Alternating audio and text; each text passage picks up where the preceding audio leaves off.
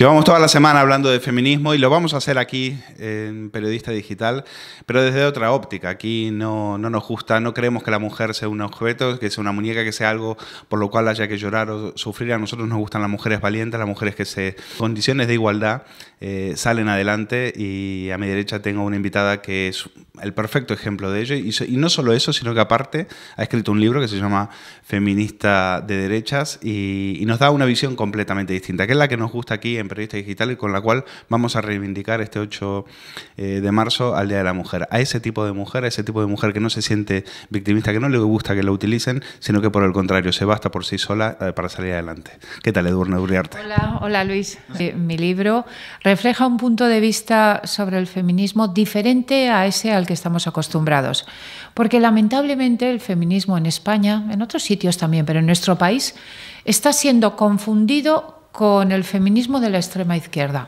Eso es una parte del feminismo, es un punto de vista sobre el feminismo, pero hay otros puntos de vista y creo que tenemos que difundir esos otros puntos de vista. Ha llegado el momento de hacerlo. Y tú lo has hecho, pero este es tu segundo libro sobre el tema. Has tenido que escribir un segundo libro para seguir dando esta batalla, porque esta batalla, Edurne, no es política, es cultural. Y aquí definitivamente ya llegaba un momento en el cual la derecha no podía dejar de asumir el guión que le imponían del otro lado, ¿no? ¿Cómo se ve el feminismo desde la derecha? Muy de acuerdo con eso de que esto es una batalla cultural, no tanto política, cultural. Y sobre lo que señalas de la derecha, lo que ha ocurrido me parece, desde la derecha, es que la derecha ha sido reacia a usar la palabra feminismo. Yo misma he tenido dudas sobre esa palabra y he tenido dudas por lo que acabo de decir, porque el feminismo está siendo mezclado y confundido con el feminismo de extrema izquierda. Y esto hace que los partidos de derecha, líderes de derecha, intelectuales cercanos a la derecha, liberales, conservadores, demócratas cristianos, hayan tenido muchas dudas sobre el término. Pero una reflexión fundamental de este libro es que esas dudas son comprensibles. Yo cuento mis propias dudas en los últimos años, pero también mi conclusión de que no podemos dejar que la extrema izquierda, la izquierda en general, pero aún más la extrema izquierda, pretenda apropiarse del término. Claro, ¿en qué se diferencian? ¿En qué se diferencia un feminismo de derechas de un feminismo de izquierdas? ¿En qué se diferencia? Yo no lo plantearía tanto así, o de entrada, lo que yo destacaría es que el feminismo significa creencia en la igualdad de las mujeres y de los hombres, y además creencia en la necesidad de un activismo, de hacer cosas para lograr esa igualdad. Y esas dos ideas básicas, ni son de izquierdas ni son de derechas. Pueden ser de izquierdas y pueden ser de derechas. De hecho, yo titulo el libro Feminista y de derechas. Pero soy perfectamente respetuosa de un libro que pudiera titularse Feminista y nacionalista o Feminista y de izquierdas.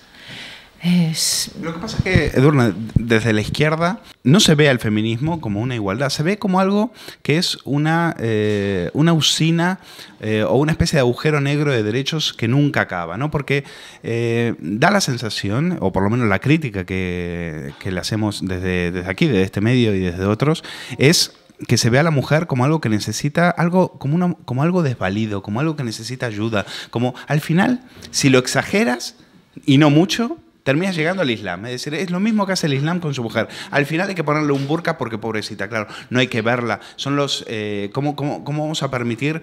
Ya nos ocupamos nosotros de protegerla. Y en esa sobreprotección, al final está la utilización de la mujer. Y eso es contra lo cual nos rebelamos. Sí, estoy de acuerdo con lo que planteas, porque yo te decía cuál era para mí la diferenciación fundamental, izquierda, derecha, feminismo. Y me preguntabas, pero además hay diferencias entre el feminismo desde posiciones de derechas y el feminismo desde posiciones de izquierdas. Sí, y desde luego con la izquierda radical muchas diferencias. Una de ellas la acabas de plantear.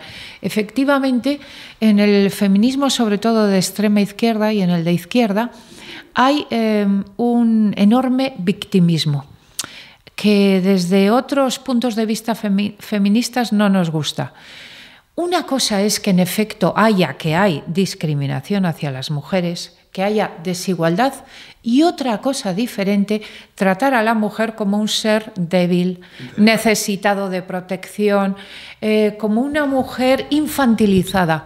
Esto está en el feminismo dominante, que yo llamo en el libro dominante, o el que identificamos con el feminismo, que es el feminismo de extrema izquierda. Ejemplo, ¿qué quiero decir con esto? Pues algo que critico en el libro. Hace unos meses el gobierno francés, que es el del presidente Macron, tampoco es que sea de extrema izquierda, ha aprobado una ley que a mí me parece ridícula, patética, para las mujeres, que es una ley que penaliza, que castiga, con multas además gravísimas, los piropos en la calle. Claro, yo cuando leí sobre esta ley me pregunté, bueno, ¿esto qué significa? Que si yo voy por la calle, veo a Emmanuel Macron, por ejemplo, y le digo un piropo guapo o algo así, lo que se me pudiera ocurrir, ¿me van a multar? ¿La policía me va a multar?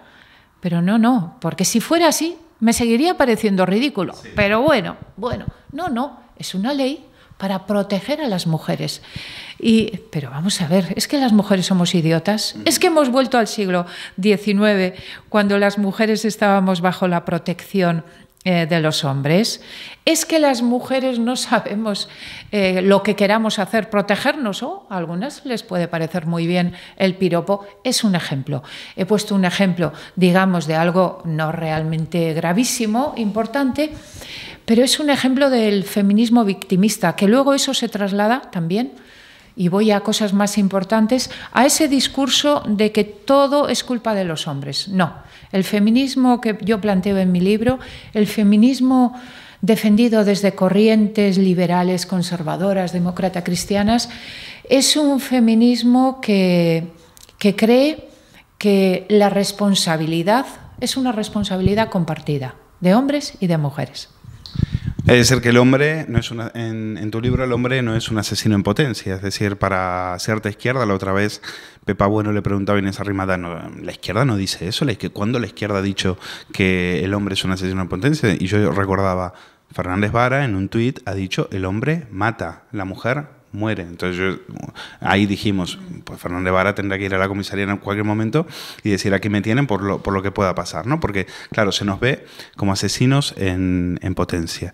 ¿Cuál es la postura para ti de los hombres? Es decir, que en este momento a mí efectivamente me da miedo en algunas situaciones porque no sabes cómo te puede venir. Es decir, a mí una persona, una trabajadora de aquí me puede acusar puede ir a la justicia y decir que yo la he acusado sexualmente y yo estoy indefenso. Yo las tengo todas en contra. Es decir, eso que iba en favor de la igualdad, en realidad ha ido en contra, en detrimento del otro, que ha quedado totalmente desvalido. Hoy los hombres ante la sociedad y ante la justicia estamos desvalidos. Yo dedico en el libro un capítulo a la violencia de género, a la llamada violencia de género, y planteo todas estas cuestiones.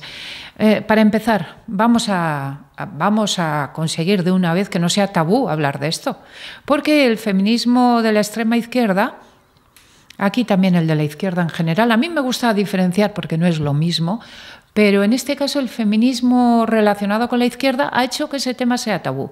Con lo cual, si a alguien se le ocurre hacer una crítica de algún aspecto de la ley de violencia de género, ese feminismo le llama machista, represor, violento, etc.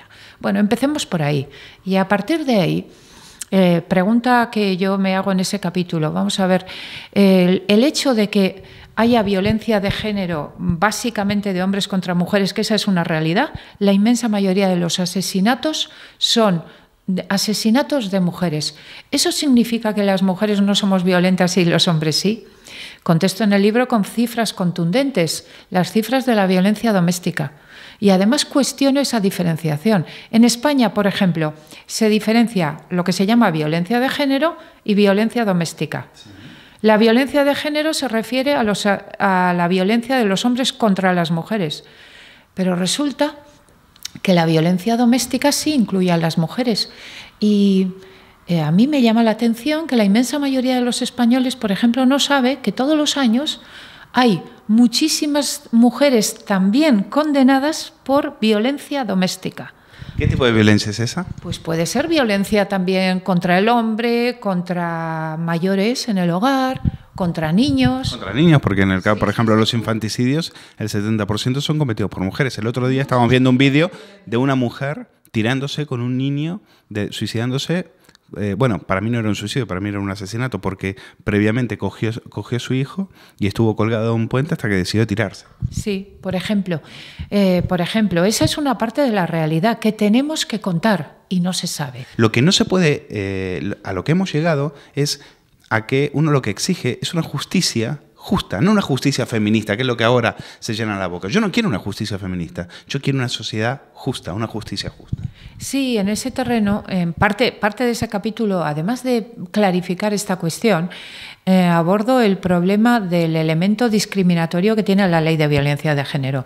Yo sostengo que me parece necesaria una ley, llamémosla de violencia de género o como la llamemos, porque hay una realidad de asesinatos de mujeres. Ahora bien, yo sostengo en el libro que hay que reformar esa ley, porque hay un efecto discriminatorio sobre los hombres que creo que en una sociedad democrática, de Estado de Derecho, igual para todos, no se puede sostener. En el momento en que haces una ley de, no, es que la ha matado el hombre, a partir de ahí ya las condiciones cambian.